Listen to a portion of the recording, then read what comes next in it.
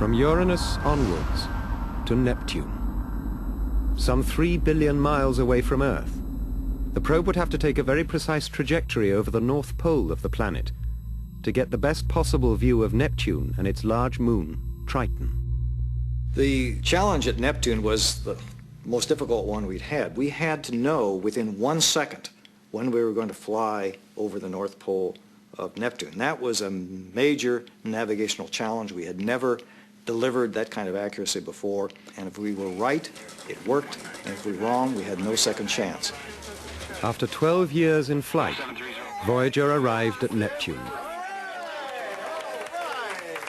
Brad Smith and his team feared after the bland face of Uranus that they would see little when they got to the last giant.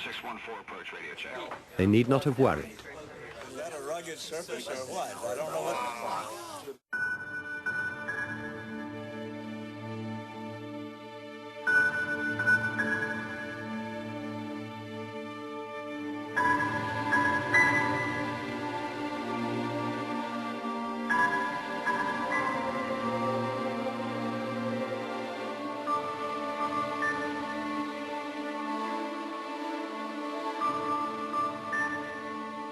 The final encounter I was able to witness here at JPL with my youngest son, and we watched with fascination as the pictures of Neptune unfolded. Suddenly, things that no one had imagined were there. Here was a planet that was vibrant with life. It had its own great spot, a dark spot in this case, white clouds floating in its atmosphere, and these things unfolded before our very eyes, and what a wonderful surprise. Neptune, for me, was a great surprise.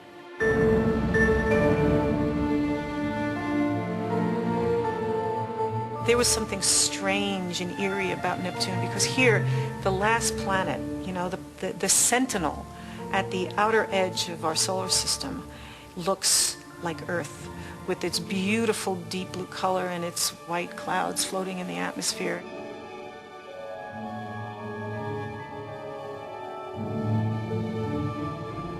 We were back with a really exciting planet again at Neptune.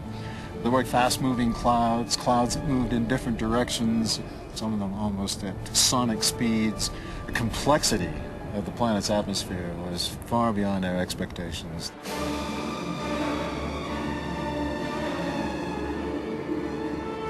Neptune turned out to have the strongest winds of all. Here in the furthest extremes of the solar system, where the sun barely penetrates, the last giant defied all expectations. You might expect that the further you got from the sun, where there was less energy to drive the winds would be slower. The winds on Jupiter were already hundreds of miles per hour. It turned out, rather than seeing slower winds, we found faster winds. We found winds over 1,000 miles per hour at Neptune. We now understand why that's the case, and that is, if you have enough energy, it creates a lot of turbulence, and that slows the wind down. At Neptune, there was so little energy that the wind basically got started and would just go and go and go. Neptune's atmosphere was much more dynamic than Uranus, but it was made of the same gases and ices. The last two giants were very different from their more massive cousins. Uranus and Neptune are not gas giants, but ice giants.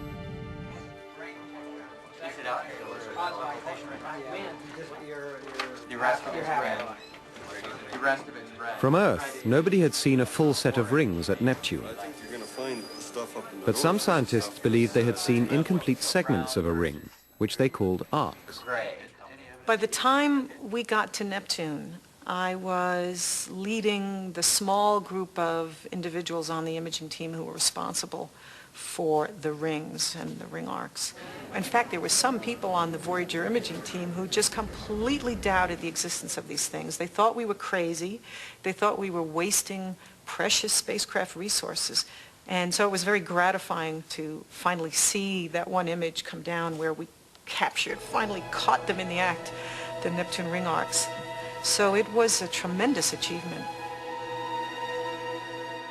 Neptune is indeed surrounded by ring arcs. How they got there, and why the ring is incomplete, is not yet understood.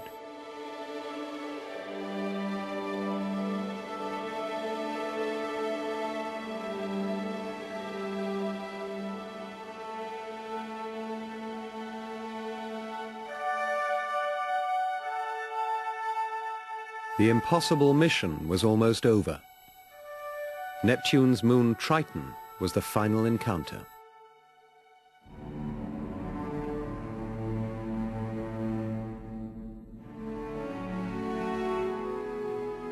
Triton is a large moon.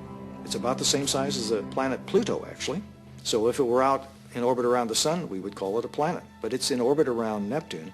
But unlike all the other satellites which orbit in the same direction as the planet rotates, Triton is in a retrograde orbit. It's going around Neptune backwards, which told us it was not likely formed around Neptune, but had been captured by Neptune.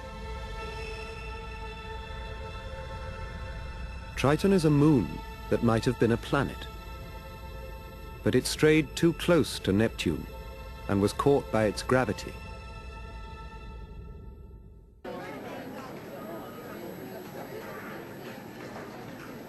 Triton turned out to be one of the strangest worlds encountered.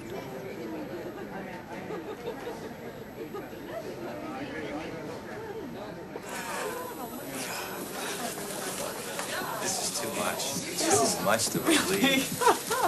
Oh, God. Look at the tire tracks. Yeah, right. There you go. Big buggies. Triton was a world unlike any we had seen before. It was the coldest surface we'd seen in the solar system, 40 degrees above absolute zero. So cold that nitrogen, which forms most of the atmosphere on Earth, is frozen solid ice. And the polar caps on Triton are frozen nitrogen, not frozen water. Even so, we found geysers on the surface of Triton. Nitrogen geysers miles high. So even in the very deepest part of our solar system, there is geologic activity.